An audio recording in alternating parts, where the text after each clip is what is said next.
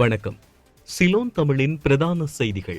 முதலில் தலைப்புச் செய்திகள். குருநாகல் எரிவாயு தொட்டி வெடிப்பு, 4 பலி. இலங்கையின் மக்கள் தொகை கணக்கிடப்பட்டுள்ளது. மண் சரிவு காரணமாக தொடருந்து சேவையில் தொடர்ந்தும் பாதிப்பு. போலீஸ் மா அதிபர் பதவி நீக்கம் தொடர்பான பிரேரணை. அமெரிக்க ஜனாதிபதியின் அறிவிப்பால் பல கோடி ரூபாவை இழந்த கொழும்பு பங்குச்சந்தை. இனி தொடர்வது விரிவான செய்திகள். கொழும்பு குருநாகல் வீதியின் வெகரா சந்திக்கு அருகிலுள்ள ஒரு எரிபொருள் நிரப்பு நிலையத்தில் நேற்றிரவு ஏற்பட்ட வெடிப்பு சம்பவத்தில் மேலாளர், 2 தொழிலாளர்கள் மற்றும் ஒரு லொரி ஓட்டுநர் உட்பட 4 பேர் உயிரிழந்தனர். காவல்துறையின் கூற்றுப்படி மேலும் 4 பேர் காயமுற்று சிகிச்சைக்காக வைத்தியசாலையில் அனுமதிக்கப்பட்டுள்ளனர். எரிபொருள் நிரப்பு லொரி வந்தபோது இரவு 11 மணியளவில் இந்த வெடிப்பு சம்பவம் இடம்பெற்றுள்ளது. சுமார் 6000 லிட்டர் கொள்ளளவு கொண்ட 2 பெரிய எரிபொருள் தொட்டிகளில் ஒன்று நிரப்பும் பணியின் போது வெடித்து தீப்பிடித்தது. இவ்வாறு ஆரம்பகட்ட விசாரணைகளில் காவல்துறையினர் தெரிவித்தனர். பயிற்சி பெறாத ஒரு தொழிலாளி எரிபொருள் பரிமாற்றத்தை முறையற்ற முறையில் கையாண்டதால் இந்த வெடிப்பு ஏற்பட்டிருக்கலாம் என்றும் அதிகாரிகள் சந்தேகிக்கின்றனர். தொட்டி வெடித்த போது பாதிக்கப்பட்ட நிரப்பும் செயல்முறையை நிர்வகிக்க முயன்றதாகவும் இதன் விளைவாக உயிருக்கு ஆபத்தான தீக்காயங்கள் ஏற்பட்டதாகவும் தெரிவிக்கப்படுகிறது. வெடிக்காத மற்றொரு 6000 லிட்டர் வாயு தொட்டியை மாநகர சபை ஊழியர்கள் மிகுந்த முயற்சியுடன் மூடியதால் ஏற்படவிருந்த பாரிய சேதம் தவிர்க்கப்பட்டது. குருநாகல் நகராட்சி மன்ற தீயணைப்புத்துறை, குருநாகல் போலீசார் மற்றும் அருகிலுள்ள இலங்கை ராணுவ வீரர்களின் அவசரகால குழுவினர் விரைவாக செயல்பட்டனர். சுமார் 2.5 மணி நேரம் தீயை அணைத்து தீயை முழுமையாக கட்டுப்பாட்டுக்கு கொண்டு வந்ததாக தெரிவிக்கப்பட்டுள்ளது. தீயை அணைக்கப்பட்டதும் பாதிக்கப்பட்டவர்களின் எரிந்த உடல்கள் மீட்கப்பட்டன.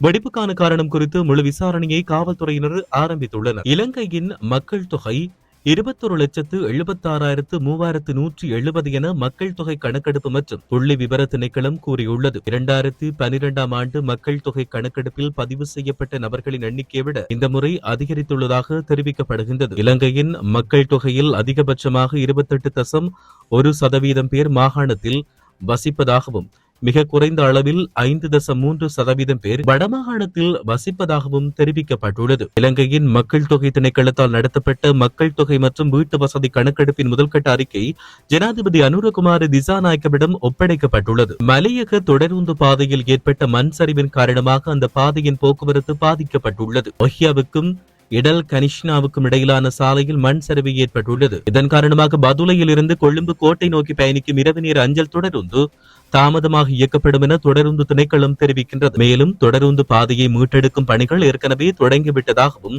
தொடருந்து திணைக்களம் அறிவித்துள்ளது. தேசபந்து தென்னகோனை போலீஸ் மா அதிபர் பதவியிலிருந்து நீக்குவது தொடர்பான பிரேரணை இன்றைய தினம் 8ஆம் தேதி பாராளுமன்றத்தில் சமர்ப்பிக்கப்பட்டது. தேசபந்து தென்னகோனை பதவியிலிருந்து நீக்குமாறு தெரிவித்து 115 பாராளுமன்ற உறுப்பினர்கள் கையெழுத்திட்டு சபாநாயகருக்கு பிரேரணை ஒன்றை சமர்ப்பித்துள்ளதாக தெரிவிக்கப்பட்டுள்ளது. தேசபந்து தென்னகோனை போலீஸ் மா அதிபர் பதவியிலிருந்து நீக்கம் செய்வதற்கான விசேட குழுவை நியமிக்கும் பிரேரணை தொடர்பான விவாதம் பாராளுமன்றில் இன்றைய தினம் சமர்ப்பிக்கப்பட உள்ளதாகவும் மேலதிக தகவல்கள் தெரிவிக்கின்றன.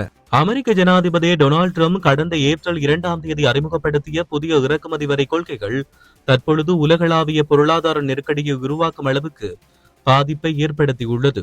இதனால் உலகம் முழுவதும் பல பங்குச்சந்தைகள் பெரும் சரிவை சந்தித்துள்ள நிலையில் ஆசியாவில் உள்ள பல பங்குச்சந்தைகளும் கடுமையான பாதிப்புக்கு உள்ளாகியுள்ளன.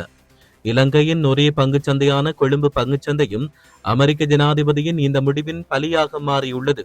இந்த முடிவு அறிவிக்கப்பட்டதை தொடர்ந்து தொடர்ச்சியாக 3 வர்த்தக நாட்களாக கொழும்பு பங்குச்சந்தை பெரும் சரிவை சந்திக்க நேர்ந்துள்ளது. கடந்த ஏப்ரல் 2ஆம் தேதி வர்த்தக முடிவில் கொழும்பு பங்குச்சந்தையின் அனைத்து பங்கு விலைச்சுட்டன் 16,007.44 புள்ளியாக பதிவாகியிருந்த நிலையில் நேற்றைய நாளில் 7ஆம் தேதி வர்த்தக முடிவில் அது 14,660.45 புள்ளிகளாக பெரும் சரிவை பதிவு செய்துள்ளது. இந்த 3 வார நாட்களில் மட்டும் 1346.99 புள்ளிகள் அல்லது 8.41% கொழும்பு பங்குச்சந்தை சரிவடைந்துள்ளது. இதில் நேற்று ஒரு நாளில் மட்டும் பங்குச்சந்தையில் இழந்த மதிப்பு 227 பில்லியன் ரூபாவாகும். இதனால் பொருளாதார நெருக்கடி உருவாகும் அளவுக்கு பாதிப்பை ஏற்படுத்தியுள்ளதாக தெரிவிக்கப்பட்டுள்ளது. இத்துடன் சிலோன் தமிழின் பிரதான செய்திகள் நிறைவடைகின்றன. தொடர்ந்தும் செய்திகளை அறிந்து கொள்ள www.ceylontamil.com என்கின்ற எமது இணையதளத்திற்குள் பிரவேசியுங்கள்.